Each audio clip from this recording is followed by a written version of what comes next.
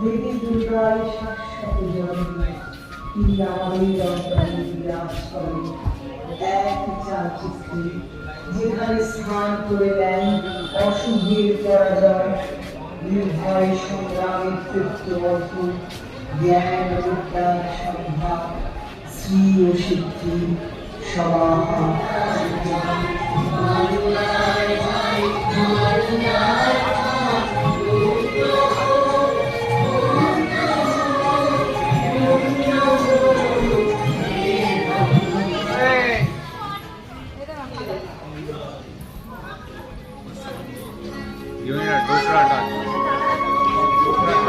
সভ্যতার সুদীর্ঘ পথে বাঙালি এক চলমান ঐতিহ্যের।